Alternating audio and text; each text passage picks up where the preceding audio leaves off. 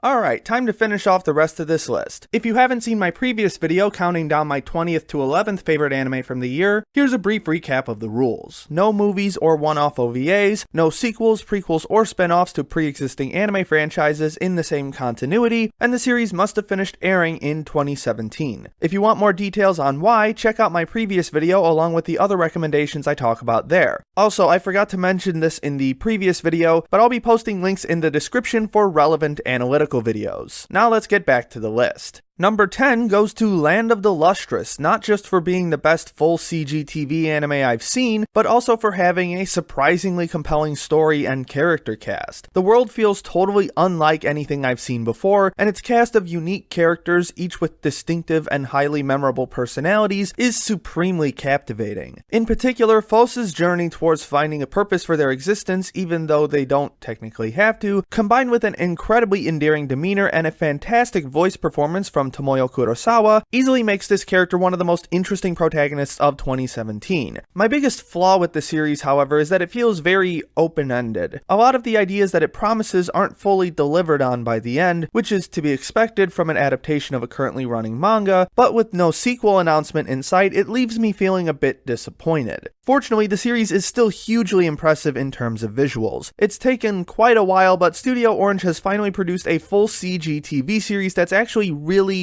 good looking. The color design, shading, and lighting all work together to form a glistening, beautiful world for these characters to interact in, and the fight choreography is breathtaking and exhilarating. Even simple character movements and facial expressions have reached a new peak for CG animation with how natural they feel. Throw in Yoshiaki Fujisawa's best soundtrack to date, filled with distinctly Eastern flavors that still feel somewhat alien and unnerving, and you've got yourself an incredible anime experience. At number 9 is Miss Kobayashi's Dragon Maid, because cute monster girls plus well-timed comedy is an instant recipe for success.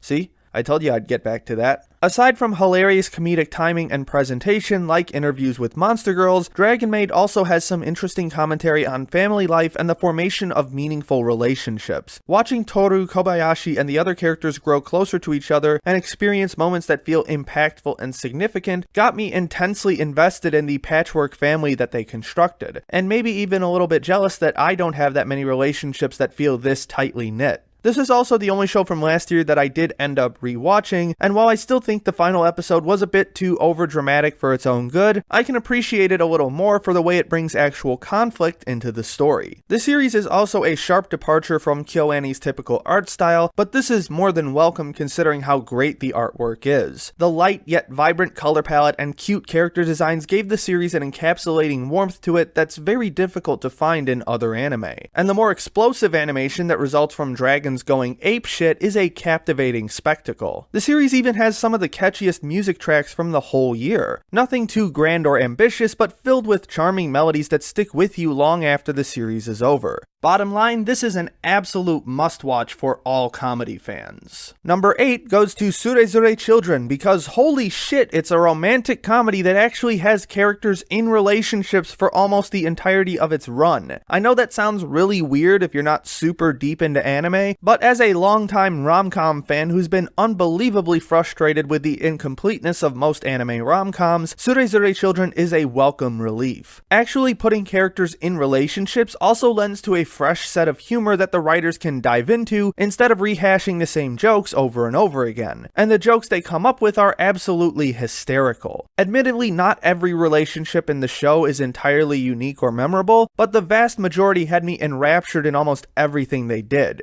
Also, Chizuru is best girl because best instrument.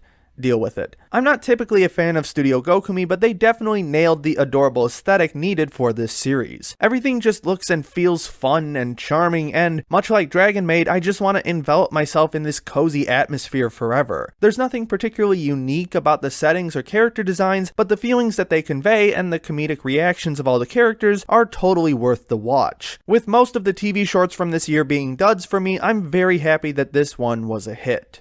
Number 7 goes to Recreators, because if you couldn't tell from my past videos, I love meta-narratives. Just imagine a world where the fictional creations of authors and directors can come to life and interact with us in our world. How would these characters react to the idea that they're a work of fiction? How would they confront their creators about the events that happen in their stories? Recreators attempts to provide a thrilling and intriguing answer to these kinds of questions. The meta-commentary on storytelling easily captivates those like myself who want to understand how stories are created. On top of that, the characters aren't just interesting in their relationships with their authors, but also their relationships with each other and how the contradicting tones of each fictional work clash in meaningful ways to provide a ton of content to sink your teeth into. This might also be the best series that Troika has worked on so far, though that's hardly a huge accomplishment. Sleek character designs, fantastic lighting and color balance, and superb action makes it an incredibly fun experience. However, I couldn't shake this strange feeling I had about the overall presentation. I hesitate to describe it this way, but there was something about the animation that just felt kinda fake. Perhaps it was too clean and didn't have enough grit or individuality to it or something. There were moments where I felt like I was watching a big-budget summer blockbuster made to generate revenue and sell products. Hardly the atmosphere I want from an intellectual take on the nature of storytelling. Fortunately, Hiroyuki Sawano has returned again for another high-impact soundtrack, and his work easily fills the series with enough life and emotion for me to overlook these criticisms. The ambition and excellent execution of Recreators was a huge highlight for me this year, and I can easily recommend it to those who are looking for something a little deeper in their storytelling.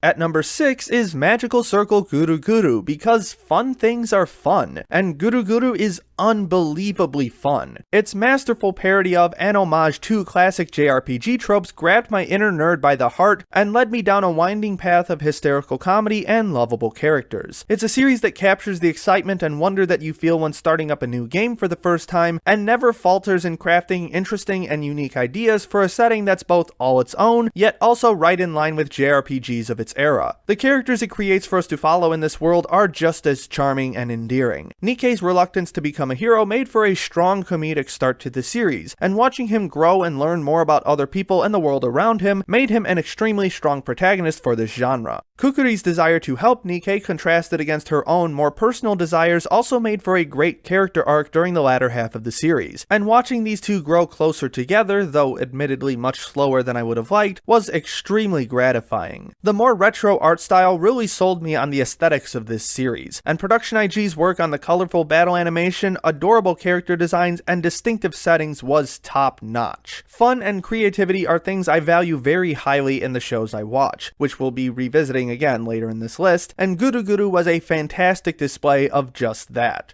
Number 5 goes to Zaragoto series The Beheading Cycle, because it should go without saying that Nishio Isin is really good at writing mysteries while also maintaining his distinct voice. Extensive use of wordplay, bizarre yet fascinating characters, and a pursuit of intellectual depth that constantly rides the line between brilliant commentary and pretentious drivel are all present in Zaragoto. Presenting a discussion on genius through the frame of a murder mystery seems like a no-brainer in hindsight, yet the story never sacrifices its solid mystery elements in favor of philosophical rambling. As if the story wasn't weird enough, Studio Shaft is back for another hyper-dense visual presentation. Every single shot, every set design, every moment of character blocking adds meaning to the story. Of course, it hardly tries to hide this fact either, as Shaft is prone to do. Despite prevalent use of CG, the animation is almost always insanely gorgeous. There is some absolutely stellar character art and camera work on display here. And as if Princess Principle wasn't enough, we've been graced with yet another fantastic Yuki Kadra OST. This time we get a more offbeat mystery feel that can still carry an intense amount of emotional weight. If you're looking for something off the beaten path that still has a beating emotional heart to it, the Zaragoto series is definitely right for you.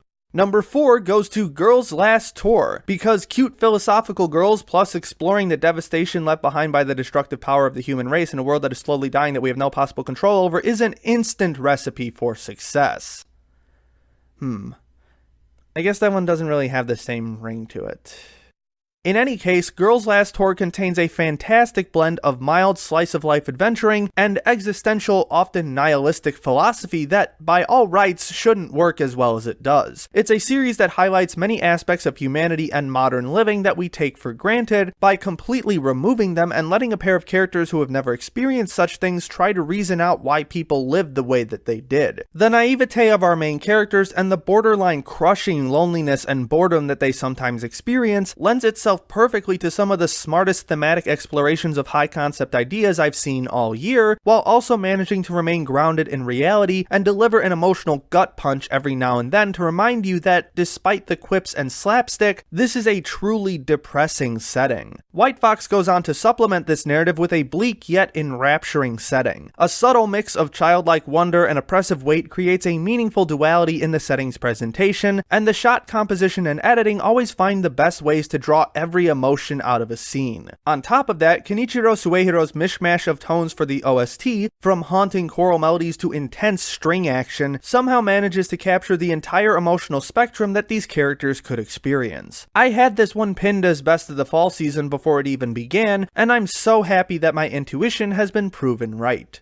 Number 3 goes to Made in Abyss, because there has not been a single other anime from this year, or even the previous year for that matter, with such a well-realized setting and story. Everything feels so unique and fresh in a genre that has grown stale 7 times over. Be it the wide variety of Lovecraftian creatures or the all-consuming massivity of the Abyss itself, the series exudes creativity at every moment. Beneath its adventurous surface, however, lies depths and depths of dark and disturbing ideas, and quite often these ideas go much further than most shows have the stomach to. I typically don't pull this line out, but this series is not for the faint of heart and should not be taken lightly. Yet, despite the darkness it exudes, the emotional core of its characters is never lost. Their determination is tested at every bend in every conceivable way imaginable, and yet they still rise to the challenge because their motivations to reach the bottom, as well as discouragements against returning, are so strong. This series takes a tour of the entire emotional spectrum, from stoic inspiration to crushing agony to unbearable sorrow. It simply refused to let up until I felt completely drained from the experience. On top of that, the artwork of Kinema Citrus and Studio Inspire is simply astounding. From its lush greenery to its jagged mountains to its more exotic fungi dwelling deep in the abyss, every single piece of background art feels entrancing and,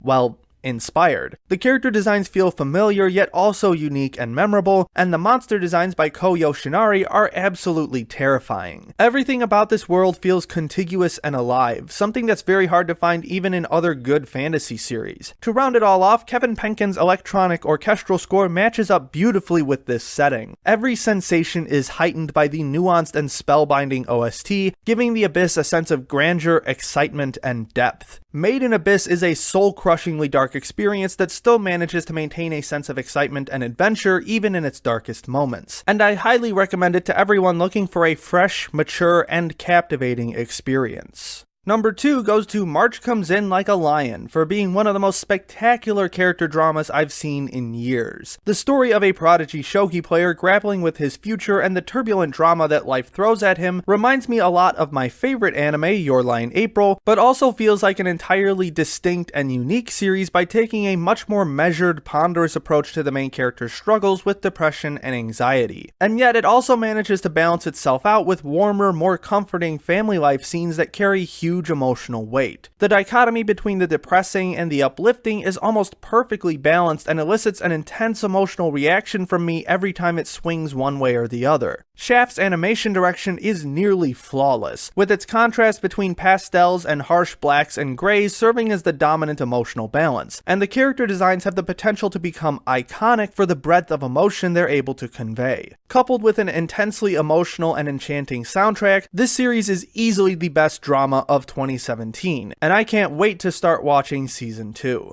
Which brings us to the number 1 spot. I'm surprised that entries 4 through 2 were great enough to break into my personal favorites, but in all honesty, none of them came close to beating my anime of the year, Little Witch Academia. Studio Trigger has outdone themselves yet again with a fantastic and extensive expansion of their breakout short film. The series has so much creativity and style jammed into its 25 episodes that every single entry is a joy to watch, even the ones covering tropes that I typically hate. And I can't think of a single other anime that covers this many ideas in as short amount of time, while also exploring those ideas with enough depth to make them memorable. It also has a fantastically executed theme of following your dreams presented in a fashion that allows viewers of all ages to enjoy the series. Ako, as a bumbling witch with a dream to inspire others, makes her the perfect protagonist for this series. And the supporting cast around her is absolutely stellar in both their individuality and the new ideas they bring to the story. Trigger continues to show off their high energy and flexible animation, accompanied by a mishmash of other styles for variety, to make this series an artistic wonder. It easily takes the prize for best animation for blending boundless creativity, masterful execution, and controlled cohesiveness to create an almost non-stop series of captivating imagery. To top it all off, Michiru Oshima provides us with yet another fantastic fantasy score to bolster the raw emotions of each episode. Little Witch Academia isn't my anime of the year just because it's better than everything else that's come out, but also because, to me, it's the perfect embodiment of what anime is. And what anime is, well, anything and everything you can imagine. It's the spirit of ingenuity, talent, vision, and imagination all combined into the perfect package. And I have no doubt that the ideas of Little Witch Academia will stick with me long into the future.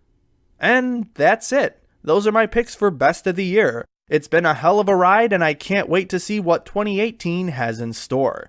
Special thanks to Jan Rogalski, Rourketon Join, JJJ User, and all my other patrons for their generous support. If you'd like your name listed here as well, along with access to other content such as a Discord server and patron-exclusive videos, check out the link in the description below. Also, huge thanks to all of you for helping me reach 10,000 subscribers. I honestly thought I'd only be like a little more than halfway to that number by this point, so it makes me feel like the effort I'm putting in every week really is worth it. And I hope you all stick with me for a while to see what my future videos have in store, including a huge month-long project planned for February, so stay tuned for more info on that. And if you enjoyed this video and want to see more, be sure to like, subscribe, and ring that little notification bell so you can stay up to date on all my latest content. Share this video around with people you think might be interested. Leave a comment below about what you thought and other topics you'd like me to cover in the future. Visit my vlogging channel for random thoughts that don't make it into my main channel content. Check out my written articles over at Digital Fox Media. And don't forget to follow me on Facebook and Twitter.